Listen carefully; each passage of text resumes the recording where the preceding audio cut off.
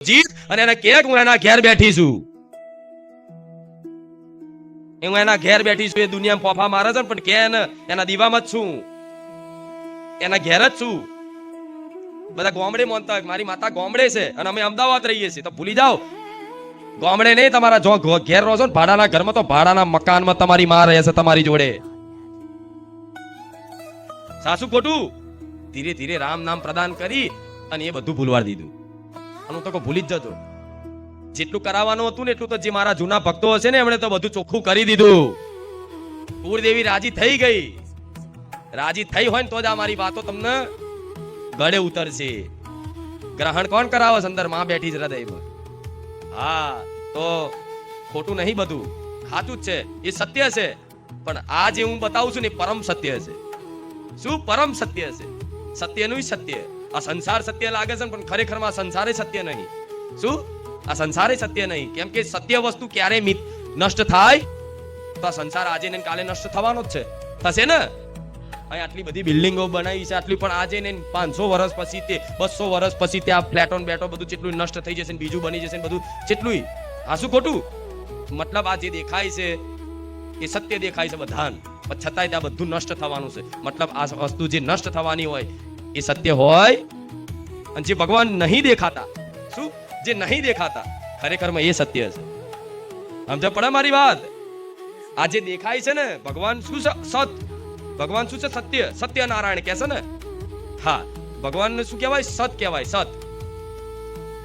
એ સત દેખાતું નહીં. મતલબ માતાજી ભગવાન તમને નરી આંખે દેખાતા પણ સ ખરા. વિશ્વાસ છે ને?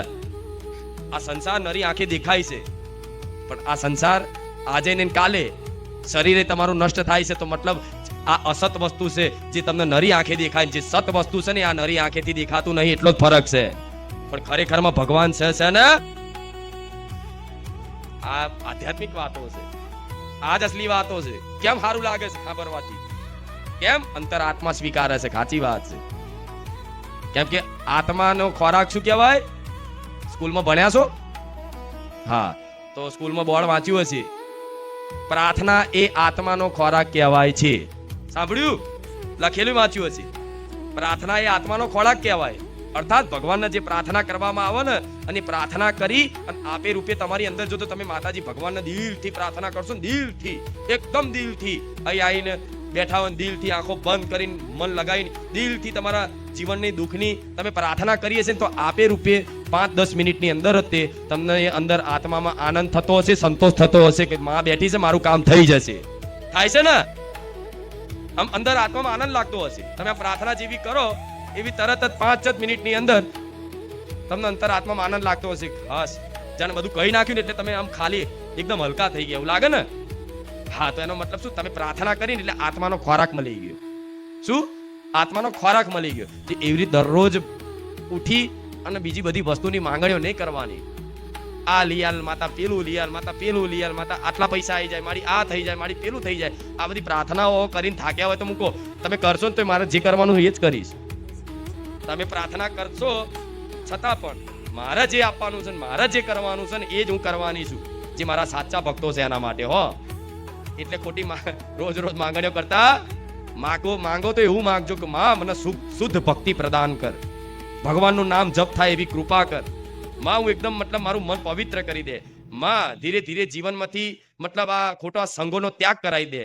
માં કોઈ લોભ ના જાગે, માં કોઈ મોહ ના જાગે, માં મારી અંદર અભિમાન ના આવે, માં મારી વાણી શુદ્ધતા રહે, મારી વાણી પવિત્ર રહે, માં જીવે કોઈ ખરાબ શબ્દ નીકળે નહીં. માં બસ એટલી તારી આગળ પ્રાર્થના કરું છું. આ અસલી પ્રાર્થના છે. શું કે મારાથી માં કોઈનું ખોટું ના થાય, મારાથી થાય તો કોકનું ભલું થાય. માં એવી કૃપા કરજે. શું આવી પ્રાર્થનાઓ થાય? ના તો તમે તો બસ શું કહેવું હવે? એવું માગો છો, એવું માગો છો કે માતાજીને આપતાય શરમ આવે. એવા ઘણાય છે. સાચું ખોટું? પછી માંગ પૂરી ના થાય ને એટલે શું કે ભાઈ બુખાર મેડી હું જતો ને પણ મારું કામ ના થયું, મારી આ વાત પૂરી ના થઈ. માતાજી બધાનું સાચું પણ હું નહીં માનતો. થાય કે નહીં? વ્યક્તિ નિરાશ થઈ જાય. પણ નિરાશ થવાનો કોઈ પ્રશ્ન રહેતો માતાજી હાજર હાજર સજ હજુ આલુ પ્રમાણ હજુ તમે શું આખી દુનિયાએ સ્વીકારી છે હાજર હાજર ખુખાર મેલડી બેઠી છે બારે જાતા. આમ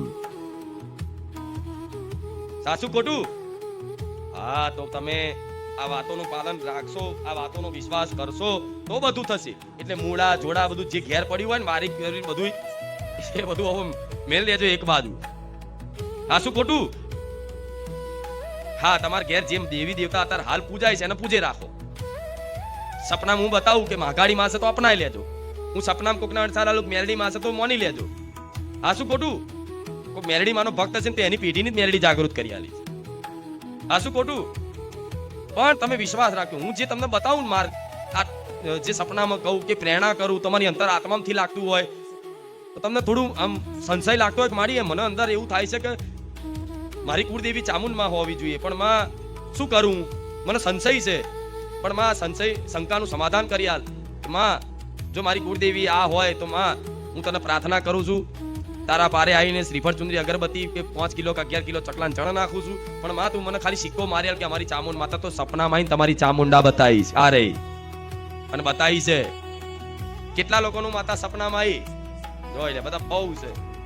અને કેટલા લોકોનું સપનામાં આવીને મેં માતાએ કુળદેવી બતાવી, કુળદેવી બતાવી હોય કે તારી આ કુળદેવી છે. કેટલા છે? ગણાય. ભલે હમણાં ઉભા થાવ અને તમારો અનુભવ જણાવો કે સપનામાં આવીને મેં કઈ રીતે કુળદેવી બતાવી. બરોબર? તો માતાજી અહીં જો એક જ છે, એક જ શરીરથી ધૂણે છે, બોલે છે ને, પણ હજારો રૂપ લઈ અને કેટલાના સપનામાં મારે જે કહેવાનું હોય ને સ્ટેજ ઉપર ના ભલે આવ્યો હોય પણ એના ઘેર જઈને કહી આવું છું આવા કાળા કળિયુગમાં. નહીં તો માતાજીને સપનામાં લાવવા એટલે એવી ભક્તિ કરવી પડે, એવી કષ્ટી વેઠવી પડે. કોઈ તમારી માતાઓ સપનામાં આવીને વાત કરે તમારી જોડે? ના, નહીં કરતી. તમે એના 2 ટાઈમ દીવા કરો છો, અત્યારે સુધી વર્ષોથી એના નિવેદ આલો છો, છતાંય તમારી ઘરની માં કોઈ સપનામાં નહીં આવી હોય, કોઈ વાત નહીં કીધી હોય, અને નહીં તમે મારા દીવા કર્યા કે નહીં મને માતા નિવેદ આલ્યા, છતાંય તે હું આટલો પ્રેમ કેમ બતાવું છું કે જે સપનામાં આવીને વાતો કરું છું. આ શું ખોટું? કેમ આવું કહો? જેની તમે ભક્તિ કરો છો એ તમને કોઈ સપનામાં નહીં આવી હોય, અને હું કેમ આવું છું? હું એટલે આવું છું કે તમારી માં, તમારી કુળદેવી જ મને માતાના સપનામાં જવાનું કહે છે કે મારી વસ્તીના સપનામાં જા અને એનો ભરોસો જીત અને એને કહે કે હું એના ઘેર બેઠી છું. હું એના ઘેર બેઠી છું. એ દુનિયામાં પોફા મારે છે પણ કે એના દીવામાં જ છું, એના ઘેર જ છું. બધા ગામડે માનતા હોય મારી માતા ગામડે છે અને અમે અમદાવાદ રહીએ છીએ, તો ભૂલી જાઓ. ગામડે નહીં, તમારા જો ઘેર રહો છો ને ભાડાના ઘરમાં, તો ભાડાના મકાનમાં તમારી માં રહે છે તમારી જોડે. સાસુ ખોટું? હા, તો માં જો 24 કલાક રહેતી હોય તમારા ઘેર જ હોય તો ઘરનું વાતાવરણ હું એવું કહું માની લેશો ને આ વાત. આ ક્યારે અનુભવ થશે? માનવાથી, સ્વીકારવાથી. હા, મારી માં છે મારા ઘેર. આ ખાલી આ દેખાય છે ખાલી મૂર્તિ નથી, એ મૂર્તિમાં છે ભગવાન. આ ચુંદડીમાં છે માતાજી. આ ફોટા દેખાય ખાલી ફોટા નથી, આ માતાજી સાક્ષાત છે એવું માનો ને તો માતાજીનો અનુભવ બતાવો, ચમત્કાર ચાલુ થાય. તમે પહેલા એ જ માનતા હોય, એના ફોટો જ માનતા હોય, એના ખાલી દીવો જ માનતા હોય અને દીવા કરવા ખાતર જ દીવા કરતા હોય, તો ક્યાંથી અનુભવ થાય માતાજીનો, ભગવાનનો? થાય ના થાય. પછી કે અમે તો 2 ટાઈમ દીવા કરતા. માતાજી ચો કે છે દીવા કરો? દીવા તો એટલા માટે કરવાનું કહેવામાં આવે છે કે દીવો કરો ને તો રોજ યાદ આવે કે મારી માં બેઠી છે. નકન માં છે ને એ આકારાય છે, નિરાકારાય છે. શું આકાર રૂપે છે, નિરાકારાય રૂપ છે. મારું મેલડીનું એક સ્થાયી રૂપ નહીં, હું ધારું એ રૂપ લઈ શકું. તમે જેવા રૂપથી મને માતાને જોવો ને એવા રૂપથી હું તમારી સામે આવું. તમે ચુંદડી રૂપથી માનતા હોય તો હું ચુંદડી રૂપે સપનામાં આવું. તમે આ બકરાના સ્વરૂપથી માનતા હોય તો એમાં આવું કે નહીં? પણ તમે જે રૂપથી માનો છો ને એ રૂપથી હું માતા આવું છું ને. હા, તો આવા કાળા કળિયુગમાં આવા માતાજી તો જોયા છે? નહીં જોયા ને? હા, પહેલી વાર જ. ભલે શું ભલે, પણ ખાલી જોવામાં ના રહેતા, થોડું સાંભળજો. હા, પરચા બાજુ ના જોતા. પરચાની કોઈ નવાઈ નહીં. પરચા બાજુ જોતા જ નહીં કે ખુખાર મેરડીએ મરેલા મુર્દા ઉભા કર્યા, ના જોતા. એ બાજુ ખુખાર મેરડીએ 3 દાડા આટલું કામ કરી દીધું પેલાનું, એ બધું ના જોતા. હું કહું છું ખુખાર મેરડીએ 20 વર્ષે દીકરો આલ્યો, 9 મહિને 13 દાડે, એ બધું ના જોતા. કેમ? ચમત્કાર તો શું કહો, ખાલી મારો પ્રભાવ છે, મારા નામનો પ્રભાવ છે, ખાલી નામનો પ્રભાવ છે. ખાલી યાદ કરે કે માં મારું આ કામ થઈ જાય, તારા 5 રવિવાર ભરીશ. ખાલી મારું નામ લેવાથી, સ્મરણ કરવાથી એની અરજી પૂરી થઈ જાય. હું ખુખાર મેલડી તો અહીં નહીં આવું. વિચારો ખાલી શું ખાલી નામ લેવાથી સ્મરણ કરવાથી અરજી પૂરી થઈ જાય. તો બધી જગ્યાએ થોડી જવું ના, મારું નામ જ એવું છે, પણ હું તો તમને ખાલી નામના પ્રભાવથી રાખવા નહીં માંગતી, હું સાક્ષાત મળવા માંગુ છું. એટલા માટે કહું છું, કેમ કે મારા ભક્તો જેટલું મારા ભક્તો મને ચાહશે ને એનાથી 1000 ગણું બુખાર મેળડી મારા ભક્તોને ચાહું છું. રામ એટલે આનંદનો માહોલ રહેશે. પણ હવે ચોમાસું નજીક આવ્યું એટલે તમારા મારા થોડા ટાઈમ સમય છેટું રહેશે. છેટું મતલબ ખાલી પ્રવચન ને દર્શન ને એનું છેટું, બીજું તો હું શું જ ને. હા, તો ચોમાસામાં આપણે વરસાદનો શરૂઆત થાય ત્યારે રામ નામ આલ્યું છે, તો ચોમાસામાં એટલા બધા રામ નામ જપ કરી દો કે 1000 કરોડથી ઉપર થઈ જાય. આજે લગભગ 100 કરોડ તો થઈ જ ગયા. આપણા જે મોબાઈલમાં બનાવ્યું હતું ને, શું કહેવાય એપ્લિકેશન, એમાં જે રામ નામની માળા કરવા માટે જે આપ્યું હતું મોબાઈલમાં તમને, એમાં ભક્તો દ્વારા નામ જપ કેટલા થયા ખબર છે? ટોટલ 100 કરોડ. આજે તે 100 કરોડ એના મીંડા તમને નહીં ખબર હોય. જોવા પડશે કેટલા મીંડા આવે. આ શું ખોટું? 100 કરોડ વિચારો તો ખરા. આ મારું ધન છે 100 કરોડ.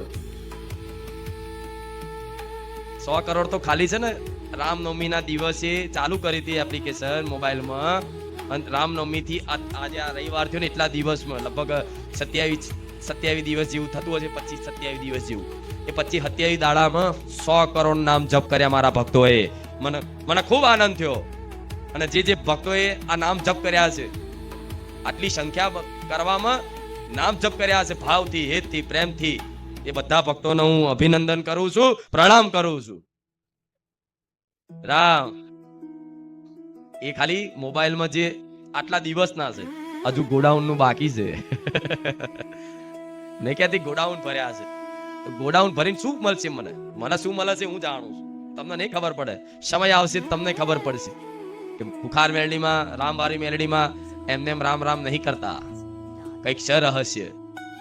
ભલે નામ બધા જગતમાં પ્રગટ હોય, આખો સંસાર રામ રામ કરે છે કે એમ થોડી થઈ જાય, પણ આની મહિમા, રામ નામનું રહસ્ય, એ જેની પર ભગવાનની કૃપા થાય ને, રામની કૃપા થાય ને, એ જ જાણી શકે છે ને એ જ સાંભળી શકે છે.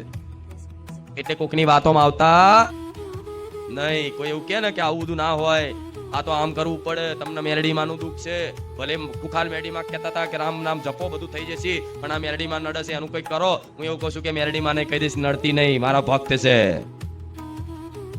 આ શું ખોટું? નહીં નડતા પણ મેરડીમાં ખાલી જ કહેતા હોય. શું નડવા બેઠી? બધા ગુના નડે છે. શું નડે છે? પાપ નડે છે.